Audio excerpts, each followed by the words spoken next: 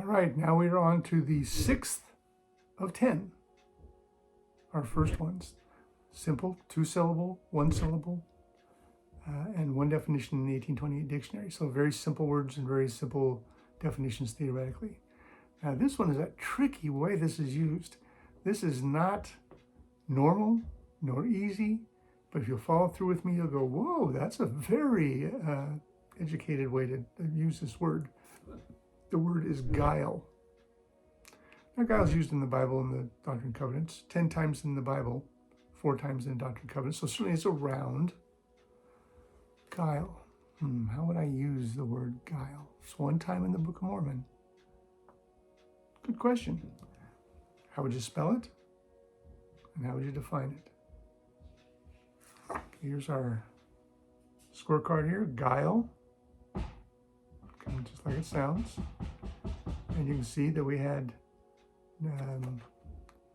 63% of our folks spell it right. 40% got the definition right. So not a terribly hard word either way. But again, when you see how the use of this word, you're going to go, wow, Joseph Smith did that. He must have been a pretty slick dude, because that's a very weird way to use this word. Okay, let's find our context. So the context is in Alma 18:23. Now in Alma 18:23, what's going on is Ammon is before Lamoni. And if you remember, he just saved the sheep and the shepherds from being killed by fighting off the Lamanites who were trying to steal the sheep. They come back to the palace. All of the servants go straight to Lamoni and say, guess what this guy did? Well, what did he do? He fought off a horde of people trying to steal your sheep, king. Well, where is this guy? He's down feeding the horses. Ooh, and Lamoni's going, man, he must be a god or a god, because no normal man would do that. He would want honor. He would want to be recognized for what he did. And Lamoni got afraid. If this is really someone that's far beyond my understanding, it scares me. I don't know what to do. He says, well, call him back. Let's talk to him. So in comes Ammon. Are you the Great Spirit? No, I'm not. I'm just your servant. But let me tell you a few things to kind of help you understand what's going on. So now watch what happens. He's going to, and Mormon is editing this, so we got Mormon's thoughts in this as we're going through it. Let's just check this out. Again, Alma 18:23. Now I'm going to use 22 because it's germane as he's talking to Moroni, that you need to have this context. This is from Moroni, or from Mormon in his editing. Now Ammon, being wise yet harmless. That's very important to how we're going to use guile. Wise yet harmless. Remember that. He said unto Lamoni, wilt thou hearken unto my words, if I tell thee by what power I do these things? And this is the thing that I desire of thee. Okay, so he's laying it right out there. And the king answered him and said, yea,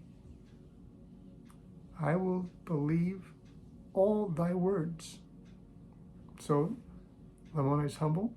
It wasn't when he first met him, but he's humble now. You speak it, I'm going to believe it. And this is from Mormon in the editing part. And thus he was caught with guile. Lamoni was caught with guile. So what the heck does guile mean? Let's get the definition here and then kind of wrap that up, because it's a very unique use of it.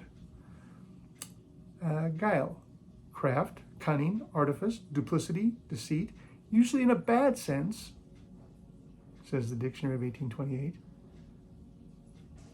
But Ammon used it in a good sense. Again, remember, he was wise yet harmless. So he's taken guile in another way. Rather than deceiving him in a way that's going to hurt him or gain something for Ammon, he used guile to bring Lamoni back to a place where there is God and come to God. Again, very, very rare, very sweet, very unusual experience for guile. One time in the entire Book of Mormon. Only a handful of times in the Bible and the Doctrine and Covenants. Again, if Joseph knew that and used it that way, that's beyond easy belief, because he's not used in a normal way. Usually you use guile. Well, the devil uses guile to deceive us. Okay, that's at least a straight up deal. But now he's twisting this so much. Ammon is wise yet harmless and using guile for the good to bring Lamoni to God. Very, very unique. The most unique of our 6 words so far.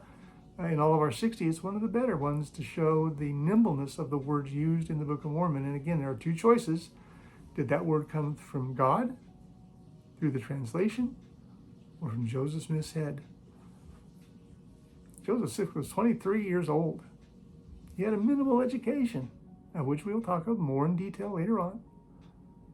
How is it possible that Joseph could have come up with that very twisted way to use guile? Okay, enough for that. 6 are done. On to the next.